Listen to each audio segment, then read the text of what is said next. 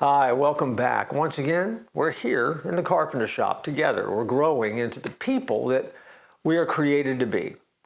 I want to read you a passage of scripture out of the book of Revelation, chapter 22, verse 13. It says, I am the Alpha and the Omega, the beginning and the end, the first and the last. You ever heard the phrase, he knows everything about, and you fill in the gap if it's a sports fan. He knows everything about basketball. He knows everything about football. He knows everything about auto mechanics. He knows everything about computers, whatever it is.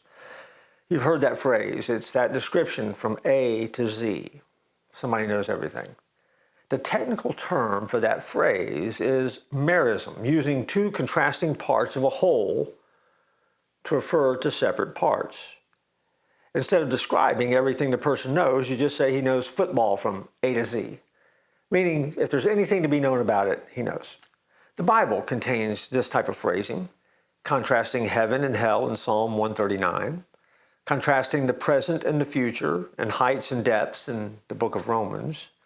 But Christ also referred to himself in such a way. He calls himself the Alpha and the Omega, which is the first and last word of the Greek alphabet, the beginning and the end, the first and the last. In each case, he means the beginning, the end, and everything in between. In other words, Jesus is the ruler over all, over everything, over everyone. It is that phrasing, King of Kings and Lord of Lords. There is none more mighty than him. Nothing and no one can approach the power and the authority of God.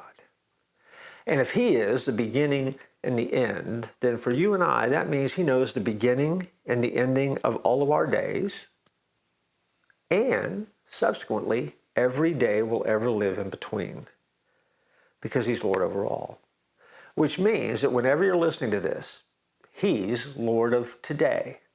And he knew you'd be watching this right now. He knew you'd be listening to this right now, and he's going to bless what you're hearing. And if you'll take it and apply it to your life and trust him and live each and every day for him, you'll discover that he is indeed the Lord of this day. And this day is a gift. And so embrace today.